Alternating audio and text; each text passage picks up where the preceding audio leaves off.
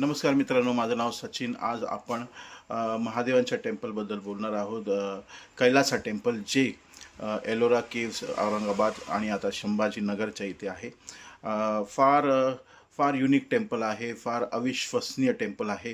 हे मंदिर जे आहे हे पूर्ण एका दगडापासून बनलेलं आहे. मोनोलिटिक स्ट्रक्चर आहे हे. तर पूर्ण या डोंगराला त्यांनी वरतून कार्व करत वरतून चिजर आणि हॅमर ला तोडत तोडत हळूहळू त्यांनी हे पूर्ण मंदिर बनवलं आहे. साधारण त्याचे म्हणतात 20 ते 30 वर्ष लागली या मंदिर बनवायला. 7व्या का 8व्या शताब्दीत. आणि कृष्ण त्यावेळेचे राजा होते, महाबली राजा होते कृष्ण. त्या काळात त्यांनी ते बनवलं होतं. त्यांना महादेवाचा आशीर्वाद मिळाला होता आणि ते त्यांनी मंदिर बनवलं होतं. तर हे मंदिर रेप्रेझेंट करतं एका रथाला.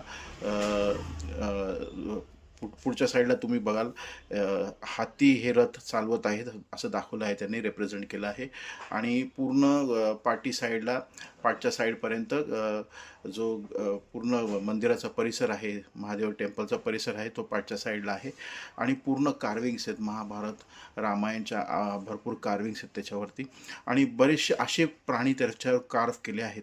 ते आपल्याला इतिहासामध्ये आणि जेवढे वेस्टर्न जिओग्राफी आहे त्याच्यामध्ये जिओग्राफिक नमूद केलेलं आहे त्यांनी, त्याच्यामध्ये हे प्राणी भेटतच नाही आहेत. म्हणजे फार वेगळे अविश्वसनीय प्राण्यांचा त्याच्यावर कार्विंग आहे. अजून डिस्कवर नाही झाले हे प्राणी होते का नक्की पृथ्वी तलावर त्या काळात.